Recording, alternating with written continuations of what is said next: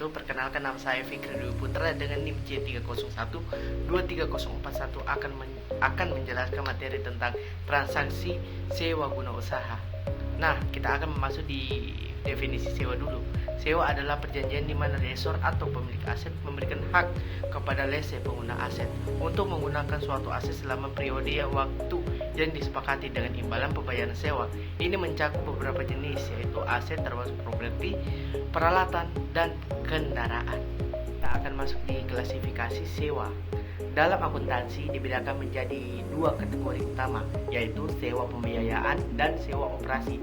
Klasifikasi ini penting karena mempengaruhi cara pengakuan dan pengukuran aset serta kewajiban dalam laporan keuangan perusahaan. Sewa pembiayaan adalah jenis sewa yang secara substansial mengalihkan semua risiko dan manfaat yang terkait dengan kepemilikan aset kepada lese. Beberapa kriteria yang mendasari klasifikasi sewa pembiayaan yaitu transfer kepemilikan. Aset yang disewakan akan berpindah kepemilikan kepada lese pada akhir masa sewa. Yang kedua, opsi pembelian. Lese memiliki opsi untuk membeli aset dengan harga yang lebih rendah dari nilai pasar pada saat opsi tersebut dapat dilaksanakan. Nah, kita masuk di sewa operasi. Sewa operasi adalah sewa yang tidak memenuhi kriteria sewa pembiayaan. Dalam sewa operasi, risiko dan manfaat kepemilikan tetap berada pada lessor. Nah, kita akan masuk di akuntansi bagi lese dan lessor.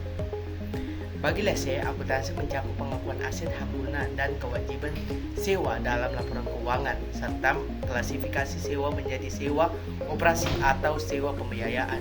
Lese juga harus mencatat beban sewa yang diakui dalam laporan laba rugi selama masa sewa. Di sisi lain, lessor mengakui pendapatan sewa saat diterima dan mengklasifikasikan sewa sebagai sewa operasi atau sewa pembiayaan. Dalam sewa pembiayaan, lessor mencatat piutang sewa yang merupakan nilai kini dari pembayaran sewa minimum, sedangkan dalam sewa operasi pendapatan dihitung secara garis lurus.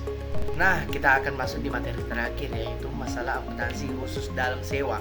Ini mencakup beberapa aspek penting yang harus diperhatikan. Pertama, nilai residu dari aset sewa yang dapat dijamin atau tidak mempengaruhi perhitungan pembayaran sewa minimum oleh lese. Kedua, klasifikasi sewa sebagai sewa operasi atau sewa pembiayaan sangat penting karena menentukan perlakuan akuntansi yang berbeda yang berdampak pada pencatatan aset dan kewajiban dalam laporan keuangan. Yang terakhir, opsi pembelian di akhir masa sewa yang mempengaruhi nilai aset yang diakui. Sekian penjelasan saya tentang transaksi sewa guna usaha. Sekian, terima kasih.